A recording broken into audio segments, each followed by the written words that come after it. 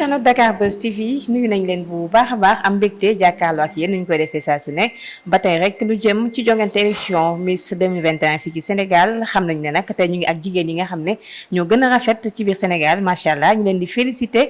ci tànneef bi nga xam ne tànn nañ leen dañ leen di bàyyi rek ngeen daal di nuyu ak suñu mbokk internet yi nga xam ne ñu ngi seetaan ñu commencé ko par Miss Kaolack.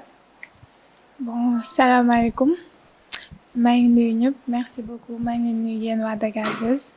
bon maa ngi tudd Koumba Sandé am 21 ans di mesurer 1m82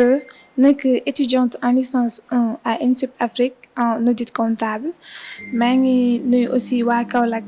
di leen remercier parce que tey bu ma egsi fii ginnaaw ñoo ma tax merci beaucoup. D'accord alors Miss Saint-Louis yow tamit bañ la féliciter ba pare. Merci. Alors maa ngi leen di remercier yéen waa Dakar Buzz donc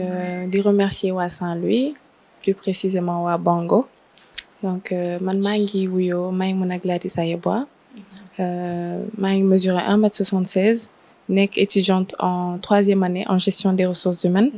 Voilà nekk Miss Saint-Louis ay première de film Miss Sénégal 2021. D'accord sa sélection ci Miss bi nan la tëddee casting bi rek na nga ci duggee. waaw même format bi la pour région yëpp en fait donc casting bi c'était virtuel parce que ak kii Covid bi waaw pandémie bi mënuñu woon rassembler et tout ça donc dañuy def casting virtuel envoyer ay photos et tout ça donc ñu tànn 3 personnes yi nga xam te ñoo waroon dem 2STV ci région yëpp ñu choisir 3 filles voilà yoo xam te dañu waroon dem 2STV compétir public bi rek moo manqué woon foofu parce que amoon nañu jury ak vote yi moo doon compter ñu def foofu noonu culture générale et tout ak démarche bi voilà après ñu choisir ma macha allah Miss Kaolack comme ni ko Miss Saint waxee casting bi nga xam ne def ngeen ko wax nañ ne léegi jury rek moo fa manqué mais nañ ko doon defee lañ koy jury rek moo fa amoon public bi moo fa manqué noonu la demee tamit fi nga xam ne moom mooy Kaolack. si noonu la demee comme ni que Miss Saint-Louis bi waxee c'était virtuel parce que à cause de pandémie bi moo tax mënuñu ko def 2S lañ ko defee woon jury ak ñun ñi compétir voilà ma nekk ñu nekk 3 ci suñu région après si lañ compétir ñu noté ñu si lañ ma tànnee. alors mais est-ce que yomboon na ngay intégré li nga xam ne moom mooy sélection bi gis nañu ne vous étiez 14 filles vous étiez vraiment yéen ñëpp macha allah yéen a rafetoon nan nga ko ba nan la processus bi demee. C'était pas du tout facile parce que gis nañ ni que ñun 14 régions yi ñun ñëpp a rafetoon macha allah kenn ñaaw si taaru macha allah voilà mais yàlla moo ko dogalee woon nii di wax aussi que ñeneen ñi bu ñu yaakaar ni que diwuñu ñoom ñëpp ay miss lañ ñun ñëpp ay miss lañ bu ñu découragé xam ni que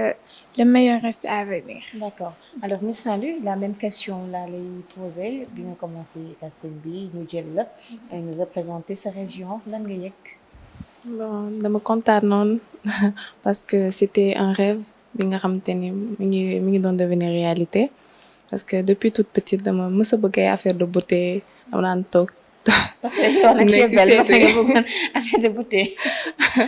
merci dama mës a bëgg concours de beauté et tout ça lépp lu jëm ci mode dama ko mës a bëgg ay mannequinat défiler par-ci être top modèle et tout ça donc dama kontaanoon trop macha allah. bi ñu waxee yaa nekk première dauphine ci élection Miss 2021 la moo nekkoon sa réaction. kontaan trop xawoon triste aussi pour ñeneen ñi. mais yàlla moo ko dogalee nii et di leen encourager xam ni elles n'ont pas démérité elles sont toutes belles macha allah ñëpp wax nañ ko ni que ren moom macha allah Miss yi dañoo rafet. du coup que bu ñu décourager même si bokkuñu ci 3 yi ñu choisir elles continuent à être ambassadrices dans leur région respective donc voilà quoi pour une année bu ñu kii quoi. d'accord alors sa famille say xarit sa ñi nga xam ne jàngandoo bëggee ñëw ci élection Miss bi lan lañ la wax loo xam ne marqué na la ba en même temps mu motivé la. daanaka sama yaay franchement balaa maa ñëw daf ma woo jox ma ay conseils yu bari ne ma xamal li la fa indi xamal yaay kan moo yooyu noonu moo aggravé nekk sama bopp bi ba. fàttewu ma ko benn yoon franchement dama koy sant di ko gërëm parce que tey su ma egsee fii ginnaaw moo ma tax daf ma jàppale soutenir ma ak sama famille samay xarit ñoom ñëpp franchement aw ma seen fay tout le temps même chose laay dégg góorgóorlu nga xam ni la yóbbu xam yaay kan franchement parler dama leen di sant rek. d'accord fi mu nekk comme ni ñu ko waxee rek yéen a nekk yéen a yore buzz bi à travers les réseaux sociaux yéen ci presse yi ak ñooñu ko wax ni Sénégal première dauphine deuxième dauphine est-ce que yéen a ngi garder la tête sur les épaules bi léegi wala yéen a ngi commencé yëg buzz bi. non bien sûr que ñooy garder la tête sur les épaules nekk Miss nekk taxul ni que da ngay changer doon beneen nit fàtte sa vie avant même loo nekk star voilà bul fàtte say nitu démb en plus bul fàtte yow yaay kan voilà. alors Miss Saint-Louis. bon man je suis restée la même hein. Bon yenn saa yi sax damay gis kii gars yi xam nga suñ la message soo ki nekkee Miss wala genre ñu message la tuuti tontu woo sax dañuy commencer kaas naan kii moom lii ak la man je fais tout pour répondre au message ku ma envoyé message ma tontu la si saa si bañ ay franchement man je suis restée la même quoi duñu ay star tamit. léegi moom star ngeen moom je confirme à travers TikTok bi gis nañ ko TikTok yi yeneen réseaux sociaux Instagram ak yenn plateforme yi yëpp ñu yéen a ngi ci nekk alors seen ay projet nekk ngeen Miss mais yéen a ngi nekkoon di jàng am ngeen ay projet yoo xam ne yéen a ngi ci bëgg a dugg ak yooyu lan la doon pour yow. bon man sama projet personnel mooy ouvrir sama cabinet de recrutement puisque GRH la sur gestion des ressources humaines plus tard ma ouvrir sama cabinet de recrutement pour projet social dama bëgg j'ai conscience de l'importance de protéger notre patrimoine du coup dama bëgg mettre en valeur le patrimoine ñu préserver ko pour pouvoir créer plus de richesse et plus d'emplois. loolu mooy sama projet. alors Miss Kaolack tes projets. moi j'ai un projet qui mettre en œuvre une fondation qui lutte contre le cancer. parce que dama ci am ay victimes voilà te gis nañ ni que cancer bëri na franchement am na jigéen yu bëri am nañ ko te aussi elles n'ont pas les moyens pour faju affaire